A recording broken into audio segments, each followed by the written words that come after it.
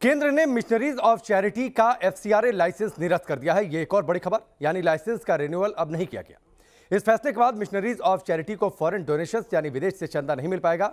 आखिर क्यों missionaries of charity का लाइसेंस रिन्यू नहीं किया गया और सालों पुराने इस संगठन पर हुई कार्रवाई को लेकर पॉलिटिकल बयानबाजी किस दिशा में आगे बढ़ी, इस रिपोर्ट के जरिए समझिए।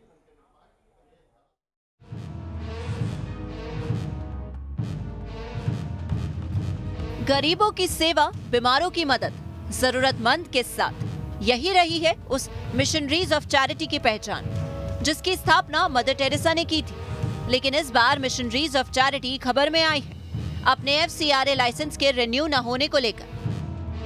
25 दिसंबर को मिशनरीज ऑफ चैरिटी के एफसीआरए लाइसेंस के नवीनीकरण के लिए आए आवेदन को निरस्त कर दिया गया और वजह बताई गई कुछ ऐसे इनपुट जो मिशनरीज ऑफ चैरिटी के विरुद्ध जाते हैं। हालांकि जो आधिकारिक बयान सामने आया है उसमें रिन्यूअल निरस्त करने के कारण डिटेल में नहीं बताए गए, लेकिन इसे लेकर पॉलिटिकल बयानबाजी का दौर तेज हो गया है। पश्चिम बंगाल की सीएम ममता बनर्जी ने इस बाबत एक ट्वीट कर लिखा, क्रिसमस के दिन मिशनरीज ऑफ चैरिटी पर कार्रवाई से हैरान हूं। इस संस्था के 22,000 मरीज और कर्मचारियों को अब खाना और दवाई कैसे मिलेंगी? कानून सबसे बड़ा है, लेकिन इसकी वजह से मानवीय कोशिशों के बारे में भी सोचना चाहिए। खुद सीएम ने ट्वीट किया तो टीएमसी नेता कहां पीछे रहते। विधायक मदन मित्रा ने इस एक्शन को लेकर केंद्र सरकार पर निशाना साधा।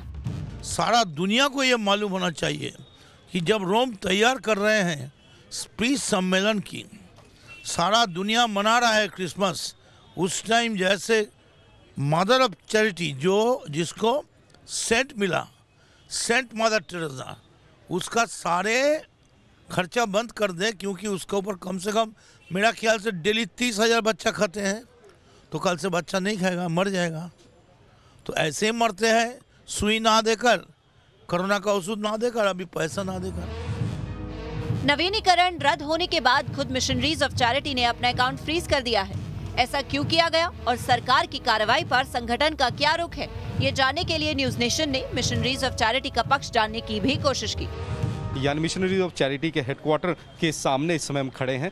हमने मिशनरीज ऑफ चैरिटी से बात करने की कोशिश की, उनका रिएक्शन जानने की कोशिश की, लेकिन उनके तरफ से ये कहा गया कि मिशनरीज ऑफ चैरिटी की तरफ से इस समय कोई भी बयान इस मसले में नहीं दिया जाएगा और कोई भी इस बारे में बातचीत नहीं करेगा। हालांकि इस पूरे मसले को लेकर और भी क्लैरिटी की ज़रूरत है, लेकिन केंद्र सरकार की तरफ से भी अभी कोई ऑफिशियल स्टेटमेंट या फिर रिएक्शन नहीं आया। इसको लेकर राजनीति शुरू हो चुका है। एक तरफ लेफ्ट पार्टी और तृणमूल कांग्रेस और कांग्रेस, तो दूसरी ओर बीजेपी एक दूसरे पर आरोप प्रत्यारोप लगा रहे हैं। भले ही मिशनरीज ऑफ चैरिटी के नुमाइंदे कुछ बोलना नहीं चाहते हो, लेकिन लगातार सुर्खियों में आने की वजह से सवाल उठ रहे हैं कि आखिर मिशनरीज ऑफ चैरिटी के साथ मसला क्या है। कुछ ही दिन पहले वडोदरा में संस्था के मिशन पर आरोप लगे थे। आरोप में कहा गया था कि मिशनरीज के बाल गृह में बच्चों को बाइबल पढ़ाई जाती है और क्रॉस पहनाया जाता है। इसे धर्म परिवर्तन की कोशिश करार दिया गया था और इन आरोपों के कुछ ही दिन बाद अब खबर आ गई लाइसेंस आवेदन रद्द होने की। सरकार के बयान में पूरी डिटेल नहीं है और मिशनरीज ऑफ चैरिटी खामोश है। जब तक किसी भी पक्ष से पूरी और साफ जानकारी सामने नहीं आती, तब तक मिशनरीज ऑफ चैरिटी पर हुई कार्रवाई को लेकर लोगों के अंदर सवाल पनपते रहेंगे।